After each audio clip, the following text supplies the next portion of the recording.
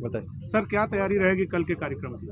कल चौरी चौरा के समाप्ति समारोह कार्यक्रम में माननीय राज्यपाल महोदया और माननीय मुख्य सचिव महोदय के गरिमामयी उपस्थिति में यहाँ पे कार्यक्रम संपन्न कराया जाएगा और जिसके लिए पूरी व्यवस्थाएं तैयारी की गई हैं और भव्य कार्यक्रम कराया जाएगा।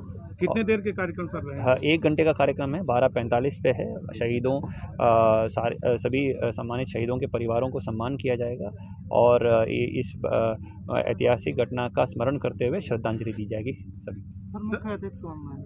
माननीय राज्यपाल महोदया मुख्य अतिथि। मतलब कितने लोग यहाँ आने वाले, कौन कौन से कार्यक्रम होंगे? हाँ, यहाँ माननीय राज्यपाल महोदय का उद्बोधन होगा, माननीय मुख्य सचिव महोदय का उद्बोधन होगा और प्रमुख सचिव पर्यटन और संस्कृति विभाग द्वारा कार्यक्रम के बारे में बताया जाएगा। जो इस 1 वर्ष में चौरी चौरा घटना के बारे में विभिन्न कार्यक्रम और विभिन्न आयोजन जो हैं उसके बारे में भी बताया जाएगा। पुस्तक का विमोचन भी होगा और अन्य विभिन्न सांस्कृतिक कार्यक्रम भी होंगे।